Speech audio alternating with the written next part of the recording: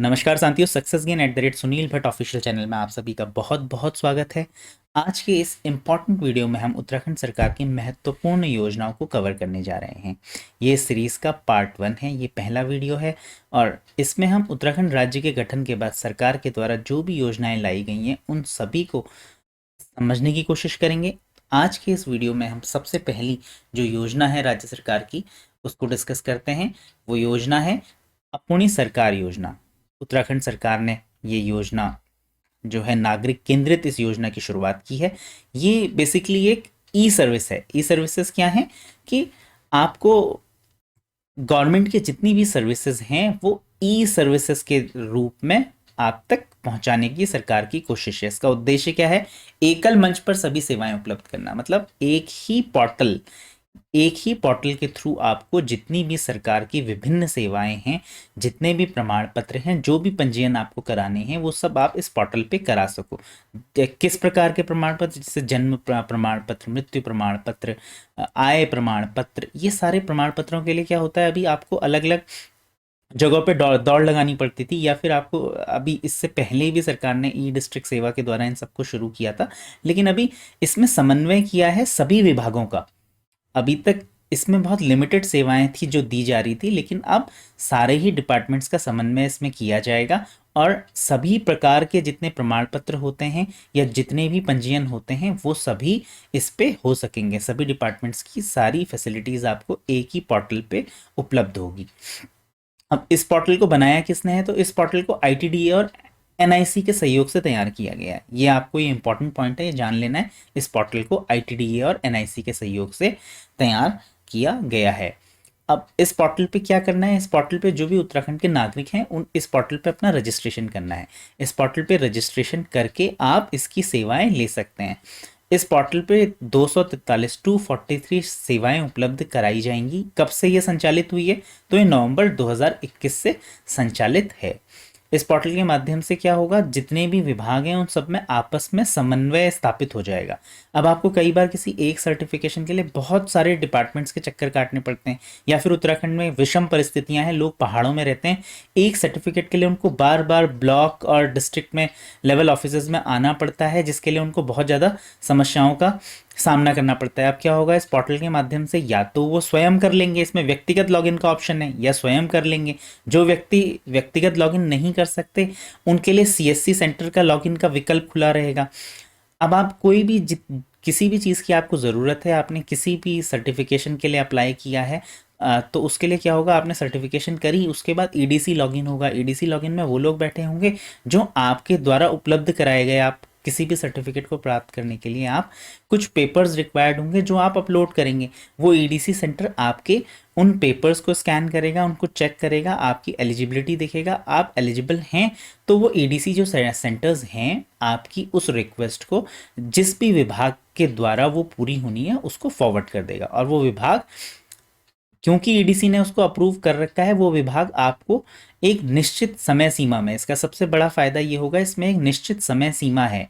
Table to table file जो move होती है ऑफिसेज में उसमें बहुत टाइम लगता है, लेकिन इसमें एक निश्चित समय सीमा में आपको आपका जो भी सर्टिफिकेशन है या जिस भी चीज़ के लिए आपने अप्लाई किया है वो सेवा आपको मुहैया हो जाएगी।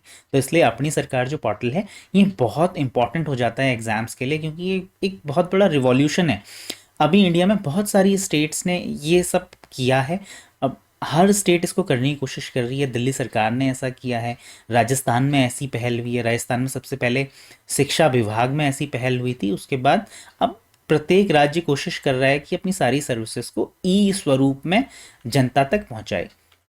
अगली जो हमारी आज की योजना है वो है मुख्यमंत्री वात्सल्य योजना। अब मुख्यमंत्री वात्सल्य योजना का प्रयोजन क्या है, इसका जो परिचय अगर हम देखें तो ये क्या था, कोविड-19 के दौरान कोरोना बीमारी से जिन भी बच्चों के माँ बाप दोनों की मृत्यु इस संक्रमण से हुई है उन बच्चों को इसका लाभ दिया जाएगा। अब इसमें दो तीन चीज़ें बहुत याद रखने लायक हैं। एक तो ये है कि इस योजना की शुरुआत कब हुई है, तो इस योजना की शुरुआत जो है 2021 में हुई है, और इसमें लाभार्थी कौन होंगे? इसमें लाभार्थी होंगे जिनके भी माता पिता की मृत्यु 1 मार्च 2020 से 31 मार्च 2022 तक हुई है कोरोना के संक्रमण से। यदि किसी के भी माता पिता की मृत्यु 1 मार्च 2020 से 31 मार्च 2022 के बीच हुई है, तो वो उसके लाभार्थी होंगे। अब तीसरा ये है कि कौन से विभाग ने या कौन से मंत्रालय ने इस योजना को शुरू किया है। तो इस योजना को शुरू किया है महिला सशक्तिकरण एवं बाल विकास विभाग द्वारा। किसी भी परियोजना में सबसे पहले ये पता होना चाहिए कि वो क्यों लाई गई है। दूसरा प्रश्न, कोई भी परियोजना आपके सामने आती है, सबसे पहला प्रश्न आपने अपने से पूछना है कि ये परियोजना का आशय क्या है, ये क्यों लाई गई है, इस परियोजना से किसको बेनिफिट होगा, डायरेक्ट बेनिफिट किसको होगा। तीसरा ये कि इस परियोजना को कौन सा विभाग या मंत्रालय चला रहा है। अगर आपने ये तीन चीज़ों को ध्यान में रख के किसी भी योजना के विषय में पढ़ा है तो वो योजना आपको हमेशा के लिए याद हो जाएगी। अब इस योजना के माध्यम से होगा क्या, ऐसे बच्चे जिनके माता पिता दोनों इस संक्रमण के दौरान या इस संक्रमण से जिनकी मृत्यु हो गई है, उन बच्चों को उनके भरण पोषण के लिए एक भत्ता मिलेगा, और वो कितना मिलेगा, 3,000 प्रति माह मिलेगा, और ये डायरेक्ट बेनिफिट ट्रांसफर होगा, ये डायरेक्ट बैंक ट्रांसफर होगा, इन बच्चों के अकाउंट में ये पैसा डायरेक्टली आएगा। अब इसकी एग्जैक्ट डेट आपको याद होनी चाहिए कि ये मुख्यमंत्री वात्सल्य योजना कब शुरू हुई है। तो मुख्यमंत्री वात्सल्य योजना की शुरुआत हुई है 2 अगस्त 2021 में। अब हमारी आज की अगली योजना जो है ये भी बहुत महत्वपूर्ण है। हम आज के वीडियो में जो अति महत्वपूर्ण है, जो इस सरकार के द्वारा चलाए गए हैं, उन सारी योजनाओं को ले रहे हैं। हम जब भी कभी योजना पढ़ते हैं तो योजना तो जब से राज्य बना है तब से बहुत सारी आ गई हैं, लेकिन योजना इंपॉर्टेंट कौन सी हो जाती है, उसके लिए बहुत सारे फैक्टर्स होते हैं। कौन सी गवर्नमेंट है, किस गवर्नमेंट में क्या किस चीज़ को प्रायोरिटी दी जा रही है, ये सारी चीज़ों को देखते हुए ही सवाल भी आते हैं। और कौन सी योजना है जिस पे कार्य हो रहा है। कई सारी योजना ऐसी होती हैं जो प्रीवियस गवर्नमेंट्स की होती हैं, आगे उनमें कुछ भी कार्य नहीं होता या वो स्क्रैप हो जाती हैं, तो उनके पूछने के चांस बहुत कम होते हैं। या फिर उन योजनाओं को पूछा जाएगा जिनका जो उनका है टारगेट ग्रुप या टारगेट एरिया जो है वो बहुत इंपॉर्टेंस रखता हो सोशल अपलिफ्टमेंट में, तो उनको भी पूछा जाता है। तो आज की जो हमारी अगली योजना है वो है मुख्यमंत्री उदयमान खिलाड़ी उन्नयन योजना। अब ये योजना क्यों लाई गई है, जैसा कि आप सभी को पता है कि स्पोर्ट्स में उत्तराखंड कि उतने खिलाड़ी आगे नहीं आ पाते जितने आने चाहिए। बहुत सारे स्पोर्ट्स में हम अच्छा कर रहे हैं, लेकिन फिर भी जब हम अन्य राज्यों से तुलना करते हैं तो तुलनात्मक दृष्टि से हम अभी बहुत पीछे हैं। तो जो ये मुख्यमंत्री उदयमान खिलाड़ी उन्नयन योजना है, इसके अंतर्गत 8 से 14 वर्ष के जो उभरते हुए खिलाड़ी हैं उनको छात्रवृत्ति दी जाएगी। उनको छात्रवृत्ति क्यों दी जाएगी, इसका ये है, एक रीज़न ये दिया गया है कि इन उभरते हुए खिलाड़ियों को जो है बहुत अच्छी पोषक तत्वों भरी खुराक चाहिए, जिसको पूरा करने के लिए ये छात्रवृत्ति दी जा रही है। अब इसमें किस प्रकार से इसको दिया जाएगा, इसके लिए क्या है, मुख्यमंत्री खेल विकास निधि की स्थापना की गई है। अब देखो, इस सवाल में 2-3 चीज़ें इंपॉर्टेंट हो जाती हैं। एक तो ये हो जाता है कि ये कब इसका शुभारंभ किया गया है, तो राष्ट्रीय खेल दिवस के दिन इसका शुभारंभ किया गया है। किसने किया है, मुख्यमंत्री जी ने किया है। कौन सा टारगेट ग्रुप है, 8 से 14 वर्ष तक के उभरते हुए खिलाड़ी इसका ग्रुप है। फिर इसमें अगला प्रश्न बनता है कितने रुपए प्रति माह की जो है ये छात्रवृत्ति दी जाएगी। तो ये जो छात्रवृत्ति होगी ये 1,500 रुपये प्रति माह होगी। अब प्रति वर्ष इसमें 3,900 खिलाड़ी 3,900 खिलाड़ियों को ये छात्रवृत्ति दी जाएगी।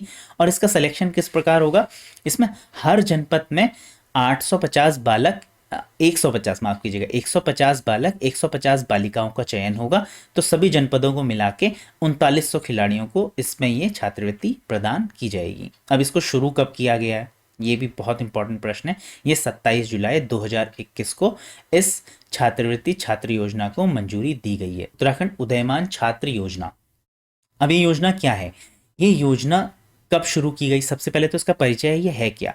ये जो योजना है, इस योजना के तहत राज्य के जो भी परीक्षार्थी हैं जिनने भी यूपीएससी के प्री एग्जामिनेशन निकाला हो, या फिर यूपीएससी के अलावा राज्य की यूकेपीएससी एग्जाम का जो है आपने प्री क्लियर किया है, प्रारंभिक परीक्षा निकाली है, तो आपको इसकी मेंस की तैयारी के लिए, मुख्य परीक्षा की तैयारी के लिए वित्तीय सहायता प्रदान की जाएगी। अब इसमें कुछ कंडीशंस हैं। एक तो उसमें यह है कि आपकी आर्थिक स्थिति के आधार पे है। आर्थिक स्थिति आपकी जो पारिवारिक आय है उसको भी इसका एक आधार बनाया गया है। और आपको जो है इसमें अपना जो प्री का रिजल्ट है वो अपलोड करना है। ये एक इसकी आधिकारिक वेबसाइट है escholarship.uk.gov.in। इसमें आपको अपना जो रिज़ल्ट है वो अपलोड करना है, इसकी एलिजिबिलिटी चेक करनी है। अगर आप उस एलिजिबिलिटी में आते हैं तो आपको ये जो है मेंस की प्रिपरेशन के लिए आपको वित्तीय सहायता 51,000 रुपये की सरकार द्वारा दी जाती है। अगली आज की बहुत महत्वपूर्ण योजना है घसियारी कल्याण योजना। जैसा कि देखिए नाम से ही प्रतीत हो रहा है, घसियारी, घसियारी किसको कहते हैं उत्तराखंड में? घसियारी जो शब्द है वो जो महिलाएं जंगल से घास लेके आती हैं उनको घसियारी कहा जाता है। अब घसियारी कल्याण योजना के पीछे की स्टोरी को जानते हैं। वो ये है कि पहाड़ों में महिलाओं का जीवन बहुत मुश्किलों का सामना करते हुए बीतता है। पहाड़ों में कई दफ़ा महिलाएं घास की खोज में बहुत दूर दूर जंगलों में चले जाती हैं और वहाँ जंगली जानवरों का खतरा बना रहता है। जैसा कि न्यूज़ में कई बार आपने पढ़ा होगा कि घास काटने महिलाएं जंगल में बहुत दूर चली गई और वहाँ बाघ ने उन्हें निवाला बना लिया या बाघ ने हमला कर दिया। तो इन सारी चीज़ों को ध्यान में रखते हुए राज्य सरकार ने ये योजना जो है इसको इसकी घोषणा की है। इसके जो लाभार्थी हैं वो महिलाएं होंगी। अब इस योजना के तहत होगा क्या, हमने योजना क्या है, क्यों है, क्या उसका रीज़न है, ये सब डिस्कस कर लिया। ये स्टोरी आपको याद हो जाएगी तो आप इसको घसियारी कल्याण योजना क्या है ये कभी नहीं भूलेंगे। अब इसमें क्या होगा, महिलाओं को पशुओं के लिए चारा उपलब्ध करवाया जाएगा और वो उनके घर पे कराया जाएगा। अब इसमें सवाल है कि ये कब से शुरू हुई है, तो ये 31 अक्टूबर 2021 से इसको सहकारिता विभाग ने शुरू किया है। अब इसमें क्या होगा, जो ये महिलाएं हैं, जो ये पशुपालक हैं, इनको पशु आहार सरकार की तरफ से उपलब्ध कराया जाएगा। 25 से 30 किलो के बैग, जो ये वैक्यूम बैग्स हैं, इनको साइलेज कहा जाता है, इसमें ये पशु आहार दिया जाएगा। इसके मल्टीपल बेनिफिट्स होंगे। एक तो ये होगा कि आपको चारे के लिए बहुत दूर नहीं जाना पड़ेगा। आपका जो भी चारा उपलब्ध है उसके साथ आप ये जो पशु आहार है इसको मिला के पशुओं को देंगे। दूसरा इसका वित्तीय फायदा ये होगा कि पशु आहार खाने से पशुओं का जो दुग्ध का उत्पादन है वो 15 से 20% तक बढ़ जाएगा।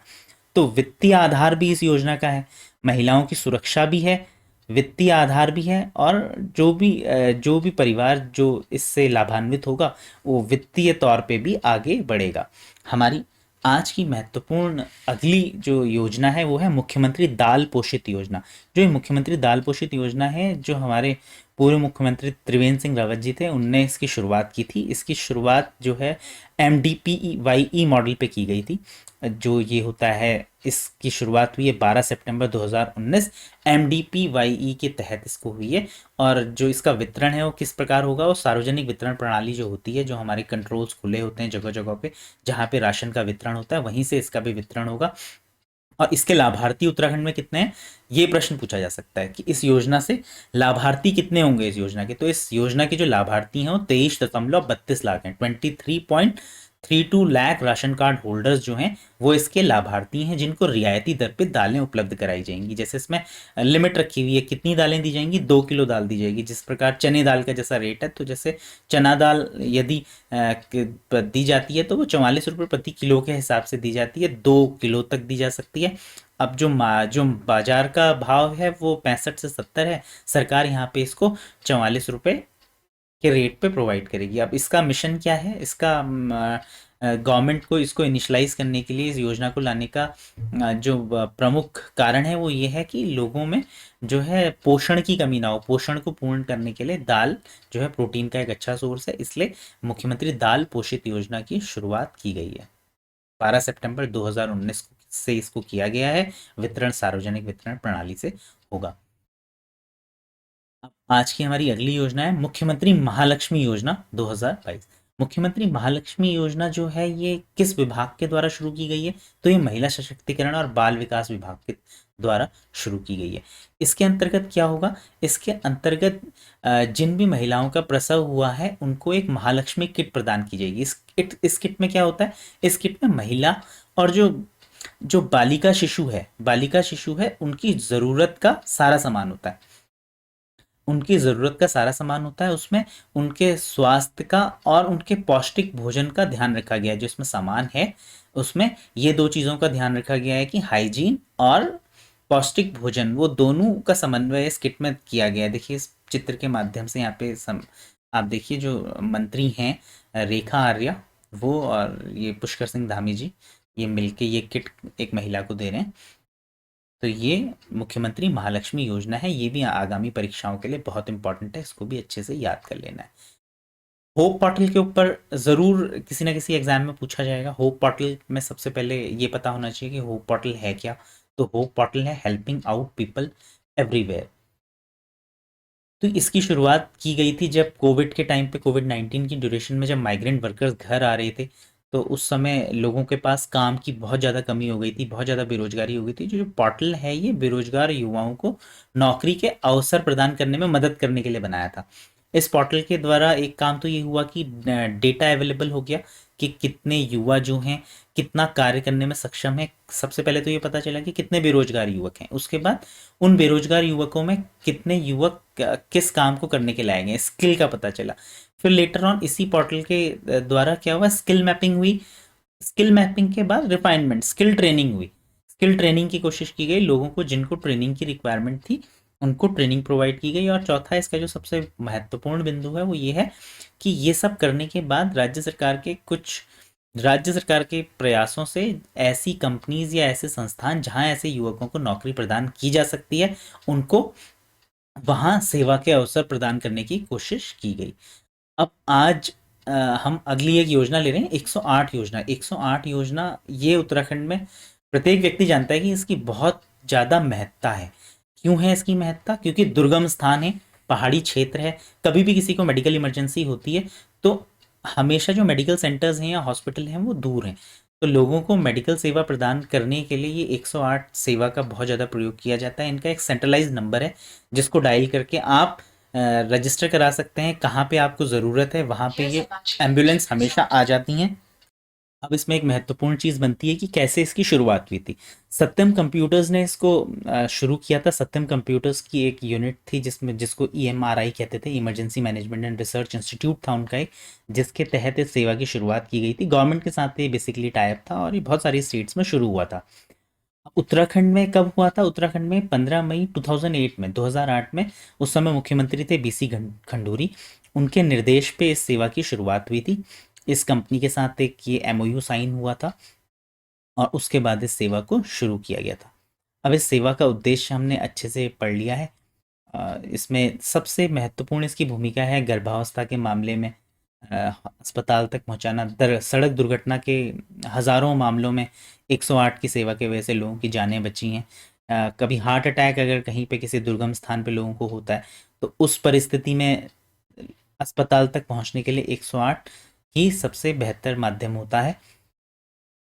हमारी आज की जो अगली योजना है वह है उत्तराखंड में 108 की तर्ज पर एक एम्बुलेंस सर्विस शुरू होगी। ये अभी प्रपोजल है, ये शुरू ये कब बोला गया है? 9 अगस्त 2022 को जो उत्तराखंड के पशुपालन एवं दुग्ध विकास मंत्री हैं सौरभ बहुगुणा, उनने ये बोला है, उनने एक वक्तव्य दिया है कि इंसानों के लिए संचालित 108 जो एम्बुलेंस है उसकी तर्ज पे ही पशुओं के लिए भी एक एम्बुलेंस सर्विस शुरू होगी। और इसमें जो पहला चरण होगा उसमें जो है गवर्नमेंट 60 एम्बुलेंसेस, 60 एम्बुलेंस खरीदेगी और इसका एक टोल फ्री नंबर होगा जिसको किसानों में बांटा जाएगा, किसानों को उसके विषय में बताया जाएगा।